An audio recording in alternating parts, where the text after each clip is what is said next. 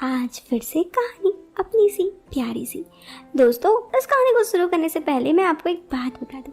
इस कहानी को सुनते वक्त आप चाहो तो ईयरफोन या फिर हेडफोन का उपयोग कर सकते हैं। इससे ना इस कहानी की ऑडियो क्वालिटी आपको पसंद आएगी जब आपके कान तक पहुंचेगी। चलिए दोस्तों, तो इस कहानी को शुरू करते हैं। दोस्तों, ये बात मेरी ज़िंदगी की एक सच्ची दास्तां से है और आप लोगों के सामने प्रस्तुत है।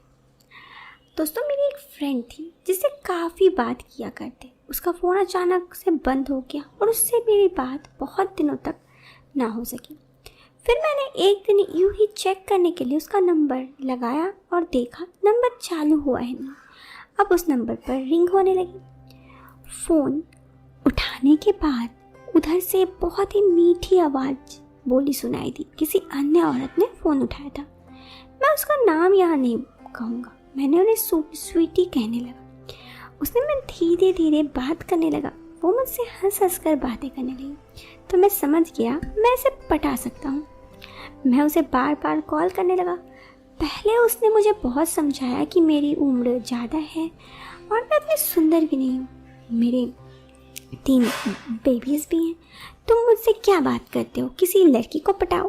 फिर भी मैं उससे बात करता रहा और मुझे आपकी आवाज़ बहुत सुंदर लगती है और सुंदरता तो एक बहाना होती है, इंसान का दिल अच्छा होना चाहिए।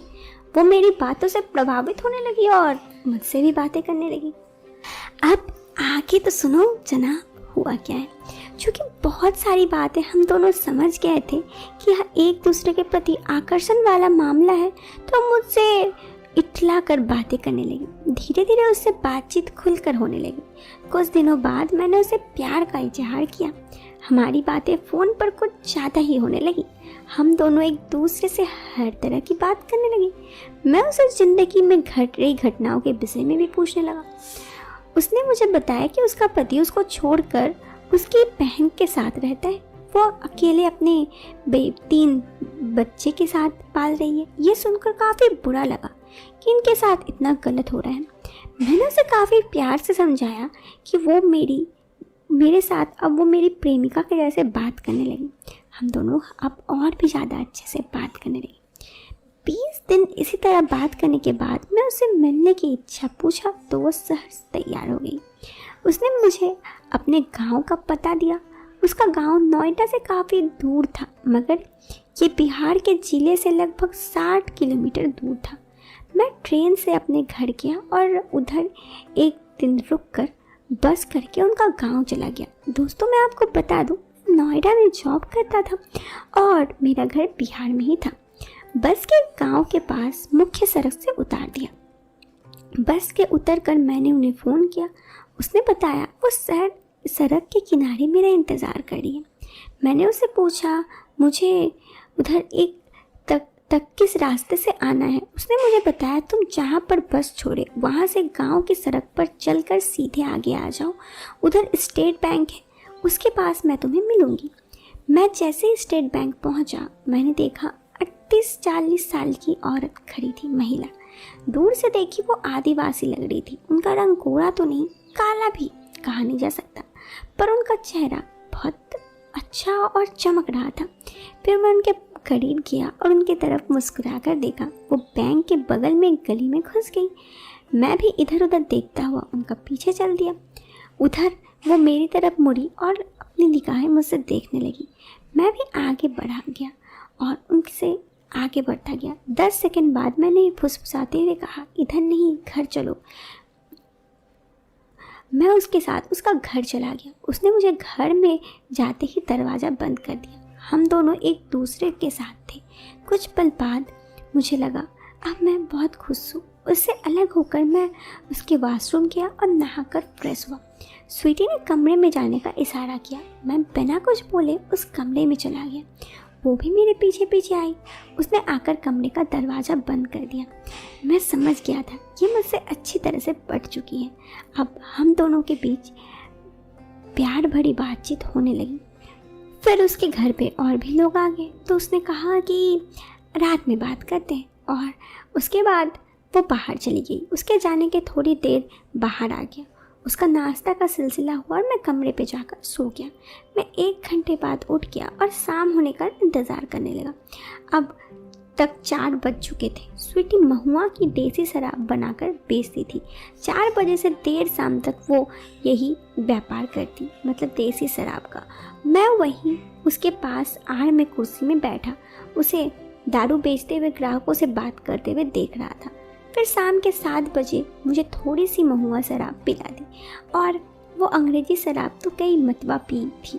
उसने मुझे बहुत प्यार से धीरे धीरे बातचीत कर ये शुरू किया और मसाला चिकन भी खिलाया। सच में बहुत अच्छा लगा। उसके द्वारा बनाई गई ये रेसिपीज़ मुझे बहुत अच्छा लगा और मैं भी बस वहाँ पर और रात होने का इंतज़ार करने लगा, क्योंकि हमारी सारी प्रोग्राम रात की ही थी जब उसके घर पे सब सो चुके हों। उसके बाद ऐसे ही रात के 9 बज गए। वो मुझसे बोली, तुम अंदर चलकर बैठो, मैं चिकन लेकर आती हूँ। मैंने कहा ओके। वो 20 मिनट बाद चिकन लेकर आई। उसने चिकन बनाया और हमने साथ में खाना खाया और उसके बाद उसके बाकी के घर के वाले सब सोने चले गए। कुछ देर बाद स्वीटी फ्रेश होकर मेरे पास आई और वो बहुत ही खुश नज़र आ रही थी। आज तक मुझे उसका वो खिला हुआ चेहरा याद है। जब वो मेरे पास आकर बैठी थी वो बहुत ही खुश थी। हम दोनों यूं ही अपने बातों में खो रहे थे। ये पहला दफ़ा था जब मैं उससे इतनी अच्छे से क्लोज था और वो बहुत ही ज़्यादा खुश थी। मेरे से ज़्यादा आज स्वीटी खुश थी। शायद रीज़न यही था कि मैं आज उसके पास हूँ और उसे लगता था उस जैसी औरत को कोई प्यार नहीं करेगा, कोई नहीं पटाएगा। लेकिन जब मैंने उसे पटाया तो वो बहुत ही ज़्यादा खुश थी और उससे मिलने पर वो अपनी खुशी जाहिर कर रही थी। फिर उस रात हम दोनों ने एक साथ पल बिताया। उस दफ़ा जब मैं उनके घर गया था तो पूरे 3 दिन तक रुका था। उसे इस बात से कोई डर नहीं था कि कौन क्या कहेगा। शायद वो इस उम्र के इस समय पर थी और उसके साथ इतना कुछ बुरा हुआ था, इसीलिए। उसके बाद दोस्तों मैं आपको बता दूं, मैं उससे उस वक्त विदा लेकर तो आ गया, लेकिन वादा किया कि वापस ज़रूर आऊँगा उसके घर। आज भी हम दोनों का संपर्क है। मैं उसके गांव अब तक करीब 10 बार जा चुका हूँ, लेकिन हाँ, हर बार उससे मिलने पर उसकी जो चेहरे की खुशी होती है वो मैं कभी भूल नहीं पाता। ऐसा लगता है कि मानो वो सबसे ज़्यादा खुश है। उससे मिलने जाने का रीज़न बस मेरा यही होता है कि उसके चेहरे की खुशी। सच में उसके साथ जितना बुरा हुआ है, मैं नहीं चाहता था कि मैं उसे जितना खुशी दे सकूँ तो बस इसीलिए मैं उससे अब भी मिलते रहता हूँ। लेकिन अब मेरी शादी तो होने वाली है, तो शायद शादी के बाद उससे मिलने का ये सिलसिला बंद हो जाए। लेकिन आज भी मुझे उसका चेहरा बहुत याद आता है। अभी जाऊँगा कुछ दिन बाद वापस, तो क्या क्या हुआ ये आपको ज़रूर बताऊँगा। अभी इस वीडियो से लेती हूँ अलविदा। मिलते एक नेक्स्ट वीडियो में, क्योंकि ये वीडियो ख़त्म हो गई है।